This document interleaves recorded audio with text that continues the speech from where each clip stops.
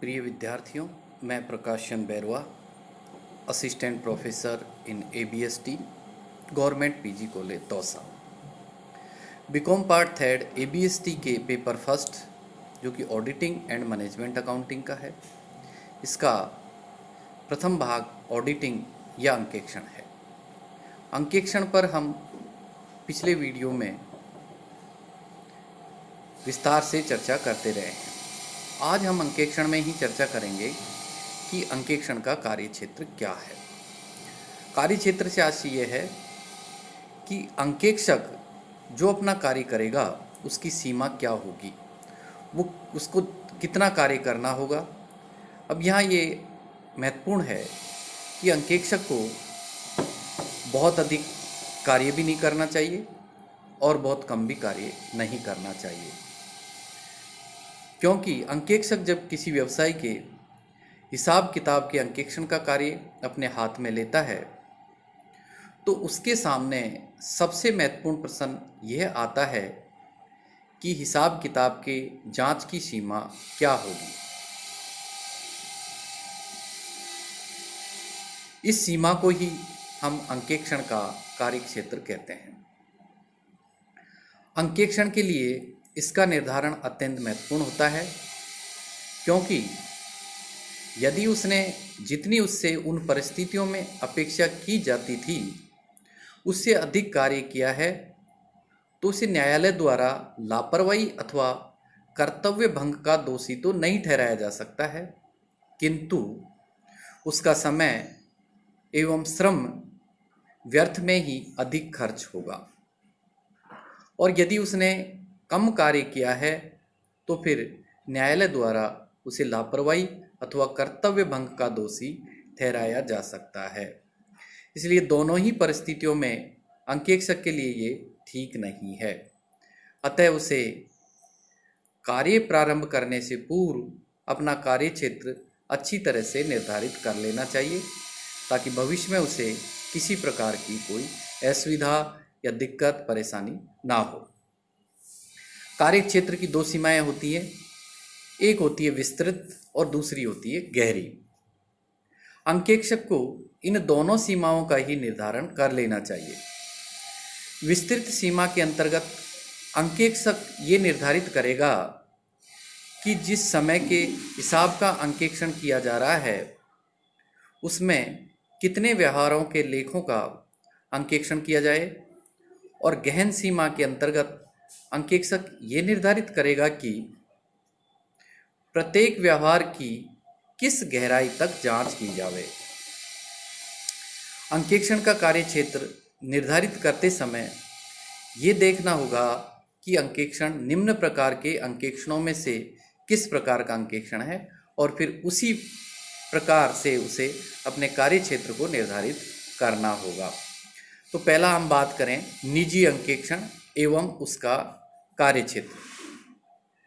तो यदि कोई संस्था किसी समझौते द्वारा किसी व्यक्ति से अपने हिसाब किताब का अंकेक्षण करवाती है तो उसे हम निजी अंकेक्षण कहते हैं। यह वैकल्पिक होता है और अंकेक्षक की योग्यता भी किसी विधान द्वारा निर्धारित नहीं की जाती है। ऐसे अंकेक्षक के अधिकार, कर्तव्य एवं दायित्व सभी समझौते द्वारा तय किए जाते हैं। दूसरा है वैधानिक अंकेक्षण एवं उसका कार्यक्षेत्र। जिस संस्था के हिसाब किताब का अंकेक्षण अनिवार्यतः किसी विधान के अंतर्गत कराया जाता है उसे हम वैधानिक अंकेक्षण कहते हैं। जैसे कंपनी है, सार्वजनिक ट्रस्ट है, बैंक आदि का अंकेक्षण, जहां विधान द्वारा अंकेक्षण अनिवार्य बना दिया जाता है, वहां निम्नलिखित बातें भी या तो विधान द्वारा निर्धारित कर दी जाती हैं या तय कर दिया जाता है कि इनका निर्धारण किस प्रकार किया जाएगा। इनमें से पहला जो निर्धारित किया जाएगा वो है अंकेक्षक की योग्यता एवं अयोग्यताएं, यानी अंकेक्षक में क्या क्या योग्यताएं होनी चाहिए और क्या क्या अयोग्यताएं होनी चाहिए, ये विधान द्वारा निर्धारित कर दिया जाता है। दूसरा है अंकेक्षक की नियुक्ति किसके द्वारा की जाएगी। अंकेक्षक की नियुक्ति के संबंध में भी विधान द्वारा निर्धारित कर दिया जाता है कि अंकेक्षक की नियुक्ति किसके द्वारा की जाएगी। और तीसरा है अंकेक्षक के अधिकार, कर्तव्य और दायित्व। तो अंकेक्षक के अधिकार, कर्तव्य और दायित्व भी विधान द्वारा निर्धारित कर दिए जाते हैं और उन अधिकार, दायित्व और कर्तव्यों का अंकेक्षक द्वारा निर्वहन किया जाता है। और चौथा है अंकेक्षक को हटाए जाने की परिस्थितियां एवं विधि। विधान द्वारा ये भी तय कर दिया जाता है कि अंकेक्षक को किन परिस्थितियों में हटाया जाएगा और उसकी विधि क्या होगी।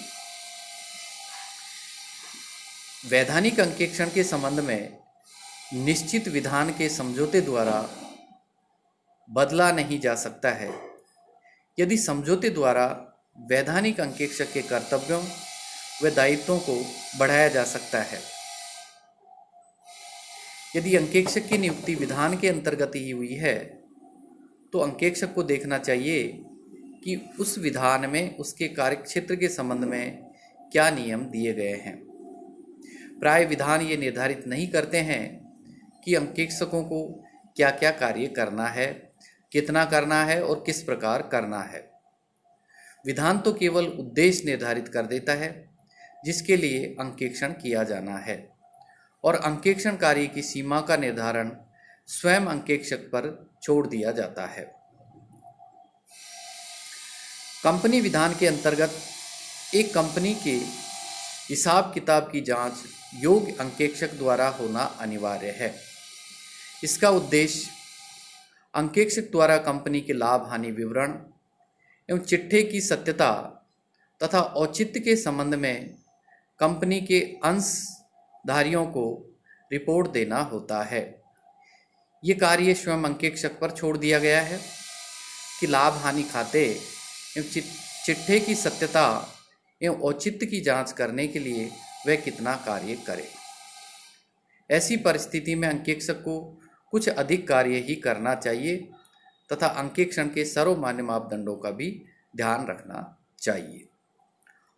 और तीसरा है सरकारी अंकेक्षण एवं उसका कार्यक्षेत्र। भारतीय संविधान के अनुच्छेद 148 के अंतर्गत भारत का राष्ट्रपति भारत के नियंत्रक एवं महालेखा परीक्षक की नियुक्ति करता है।